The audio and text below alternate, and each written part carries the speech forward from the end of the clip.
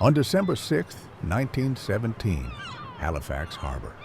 A normal winter morning, until one ship turns the harbor into a fuse. In the Narrows, two ships meet, SS Mont-Blanc and SS Imo. Tight water, no room for error. Mont-Blanc is carrying wartime explosives with flammable benzol barrels on deck above them. Around 8:45 a.m., they collide. Slow, almost harmless, but sparks fly. The impact topples benzol barrels.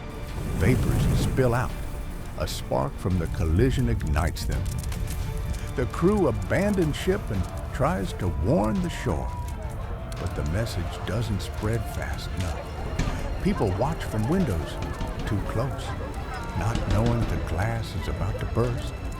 Then, at about 9:04 a.m., roughly 20 minutes later,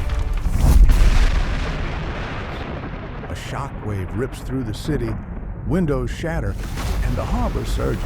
It's that massive because it isn't just a fire, it's a ship loaded with explosives, ignited by a fuel-fed blaze, exploding in a city harbor. Across the water in Dartmouth, the blast hits too. It reaches the entire region. When it was over, 1,782 were confirmed dead and about 9,000 were injured. In a single morning,